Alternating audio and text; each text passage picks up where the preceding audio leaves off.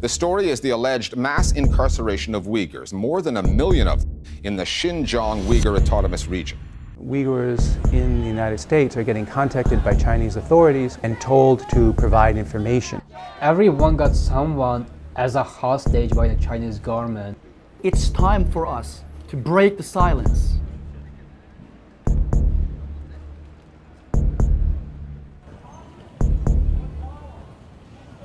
My name is Tahir Iman. I am Uyghur from Uyghurstan, China-occupied so-called Xinjiang Uyghur Autonomous Region. I came to the United States in August 2017. It was very hard to me to leave my family members, my daughter, my friends, but I had to leave. Even if I am in America, I'm still scared.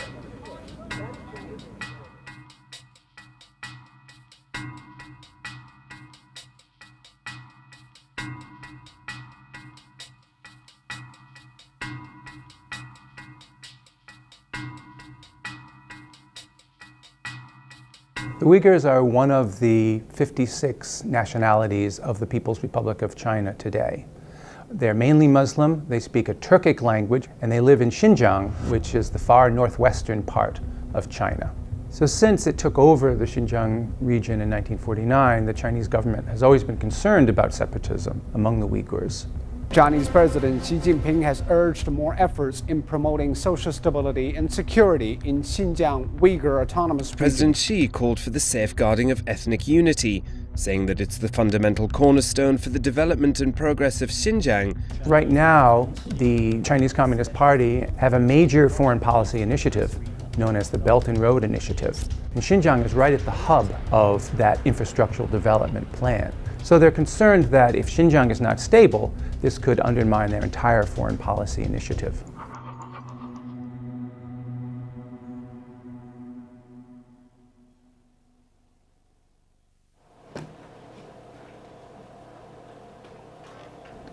When I was 25 years old, I was arrested and put in jail around 2 years. My crime was writing an article titled "The Uyghur Culture in Danger." When I was released, I started to promote Uyghur national identity and cultural values. The local community Chinese police officers started to confiscate passports. He started to arrest the public figures, intellectuals, rich people. My advisors asked me to leave for a while. I was in prison before. I know what is it like. Since the summer and fall of 2017, Xinjiang has been building increasingly large compounds, which they call educational transformation training centers. These are really re-education camps, and they're large compounds, sometimes holding thousands of people. They're surrounded by high walls with razor wire. They have guard towers, and they actually seem to be being used to detain anywhere between a few 100,000 and maybe 1 million Uyghurs. After the development of this vast network of re-education camps, there's been a good deal of emigration from the Xinjiang region, in particular in the Washington, Virginia, Maryland area. Many of the Uyghurs living here say they're no longer safe. After I came to the United States, Chinese police officers contacted me. This is the last time I was contacted by Chinese police officers. Hükümet iş partiye sana yarıyorlar kılıp seni yölegende kızını yöleydi. Bırak sende hums çıkıp kalmaydı kızım çokum. Çokum yaxşı qo'p. Şu yurtga, milletga, vatanga bir yaramli qadam bo'lib chiqadi. Partiyaga sendek nachar, sendek xum so'qqanmaydi. My wife and my daughter were put in blacklist of the people who cannot get a passport. I have lost every kind of contact with my family.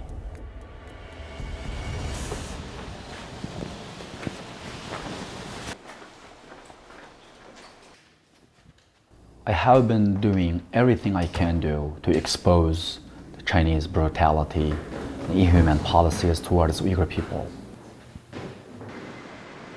And many people feel scared. They are not very active and speaking out to media because they are afraid of their family members in China. And they are also afraid of some Chinese spies in America. But I encourage the Uyghur people to stand up and speak to the media. At least we can leave a message to the world.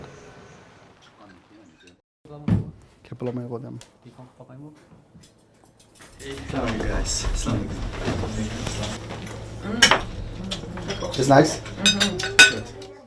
Many Uyghur community in the US, they scared to speak up because the Chinese government got someone as a hostage and back home. Like personally, it's my mother directly.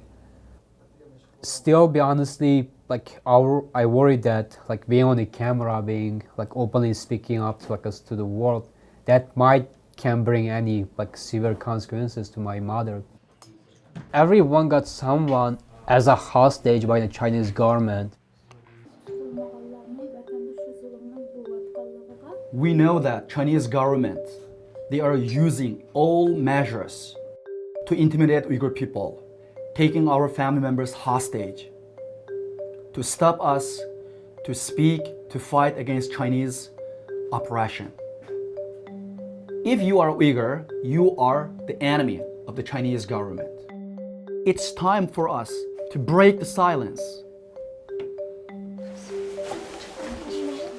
I asked many people to record testimonies through Facebook Live or YouTube and share it in social media.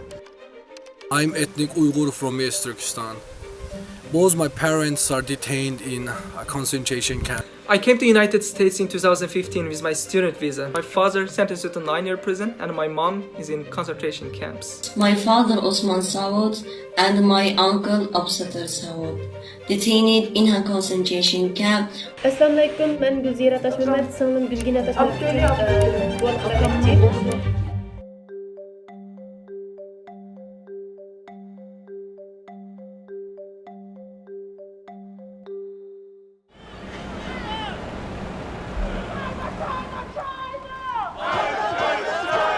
Today, more than 200 Uyghurs from Washington, D.C. and the New York area have gathered in front of United Nations building in New York to protest Chinese oppression and imprisonment. So we are taking risk by showing our face in public media, but we want to stand up and speak up to raise the awareness in front of United Nations to let the world know what's going on against Uyghur people.